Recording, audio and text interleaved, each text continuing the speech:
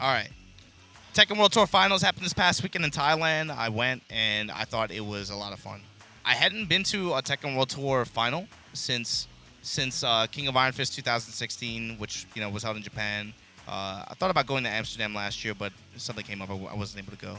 I thought that I had some concerns going into it. Like I was wondering how going from Amsterdam, where you had like a really really strong like European local scene to bank off of in terms of having a lot of local players and audience, people there to be a part of the audience, right? I was worried that in Thailand, where the scene is obviously, a little bit smaller, how many people would show up. I was satisfied. I'll put it that way, especially for the LCQ when Book was making his run. They were loud, man. They were loud. They were letting you know. And then as time went on Sunday, more and more people started to fill in. In the group stage early on, it was a little bit light, but people really filled in for the end, and I thought it was really good. So my best bouts, I think it's hard. I got to think you got to give it to what Ash Shadow, Ash Knee. Those are some of my favorite sets from the A group. I thought Double's run was really fun to watch. Nobi's run was really fun to watch. You got to talk about Ulsan's matches too, right? Ulsan versus Knee, Ulsan versus Ash. Got to put those out there. In particular, Nobi versus Lowhigh, I thought was really good.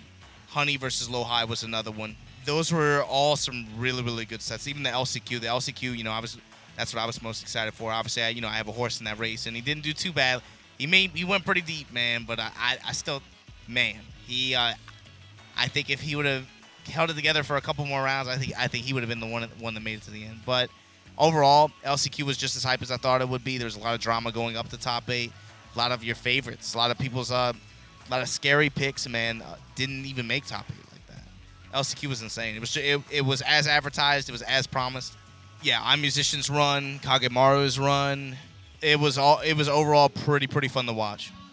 I really enjoyed myself. I think that overall, the way I feel right now is for Tekken World Tour, if they do 2 or 3 things, then I think it's near perfect. It's already kind of the ideal model, I think, for us as players and us as a community. Even last year, I think a big issue that we were talking about was the prize pooling and how that being limited kind of hurt the prestige of the tour. But with that being mostly alleviated this year, and I hope that it can maintain at least, or ideally get bigger from there. The value for the tour this year was very, very high. And I know I haven't seen any of the viewership numbers yet, but I think it did pretty well. I think all things considered, especially when you consider that this was an event in Asia, I think overall the viewership did pretty decently, all things considered. There's a couple things missing. I think like the format definitely needs a little bit of tweaking or refining, like going to like the fact that it was game differential first and not matchups. It's kind of like it probably needs to be tweaked a little bit, obviously. Aside from that, I think the other thing is having some way for the community to boost prize pool. That's something that I would really like to see them do. I know it's hard. The parties involved have to know that that's something that is on the table. But I really think if there was something that we could buy in game, or if there was something that we could buy even out of game, even both, right? Dude, I mean, I would pay $40 for a T-shirt and in-game Tekken World Tour T-shirt and advertisement that boosted the prize pool by 75% of your $40 purchase, even. And I think I would do it, and I think a lot of other people would do it if that all went straight to the pot. Even if this doesn't end up being that much, I want some, or even like a compendium, right? We talked about that. If there was some way to do that and then talk about it and then showcase it in the game, I think a lot of people would bite on it, to be honest with you. And I hope that that's something that they can really implement. It's something that I want to see.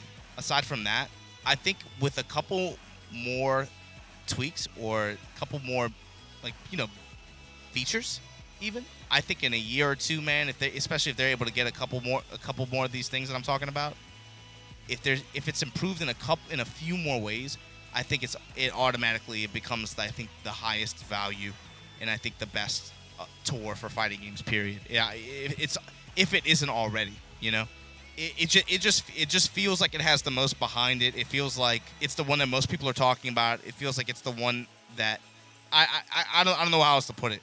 In my opinion, it puts some of these other tours and puts some of these other competitive roadmaps kind of on notice, man. To be honest with you. all that those people can do is just kind of look around. You can look at this tour as an example of how to have a compelling, competitive roadmap for your game, and then have it showcased in a way that is attractive and that gets people into it, man. That gets people talking. I mean, this was the best tour this year, hands down. And if you even try to debate, I think you look like a clown. I mean, what did you guys think? You know, how did you feel? Let me know in the comments below. What were your favorite matches? Did you enjoy watching it? What did you guys think about Tekken World Tour this year? Overall, I thought it was awesome.